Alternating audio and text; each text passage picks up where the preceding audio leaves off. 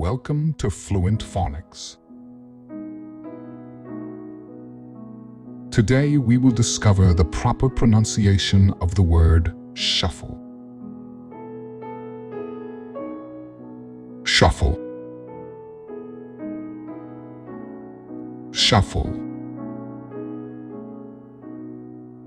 Shuffle.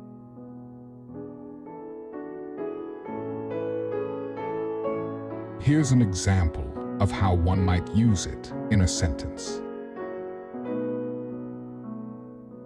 He liked to shuffle the deck of cards before playing a game of poker. To shuffle means to mix or rearrange something, often by moving it around in a haphazard or random way, such as shuffling a deck of cards before a game.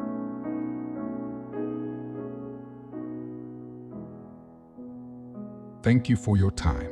If you enjoyed this, please like and subscribe for further content.